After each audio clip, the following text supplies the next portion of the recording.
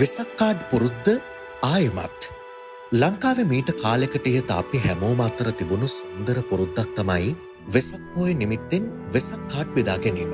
හැබැයි වර්තමානයේ වෙනකොට වෙසක් කාඩ් බෙදා ගන්න පුරුද්ද අපි අතරින් ඈත් වෙලා ගිහිල්ලා.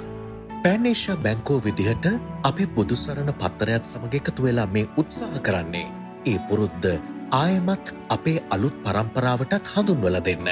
අපි හැමෝම වෙසක් කාඩ් හදමු. වෙසක් කාඩ් බෙදාගමු. මේ වෙසක් කාඩ් එක ගෙදර ඉන්න දරු මුණුබුරු මිනිබිරියන් එක්ක එකතු වෙලා ලස්සනට අලවගෙන එයාලත් එක්කම ගිහිල්ලා තැපැල් කරමු. වෙසක් සුබපැතුම්පත සකසා ගන්නා ආකාරය. පියවර 1. දක්වා ඇති කඩයිරි වලින් වෙසක් කාඩ් කපා ගන්න.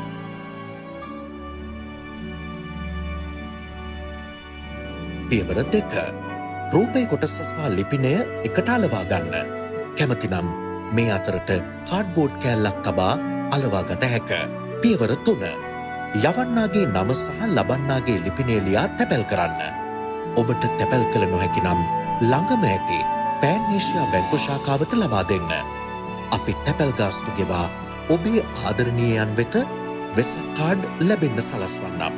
වෙසක් කාඩ්පත තැපැල් කිරීමට පෙර ඒ වගේ ඡායාරූපයන් ගෙන එය ෆේස්බුක් අප්ලෝඩ් කර යවන්නාව ටැග් කර පෑන් ඒෂියා බැංකුවේ පිටුවද ටැග් කරන්න.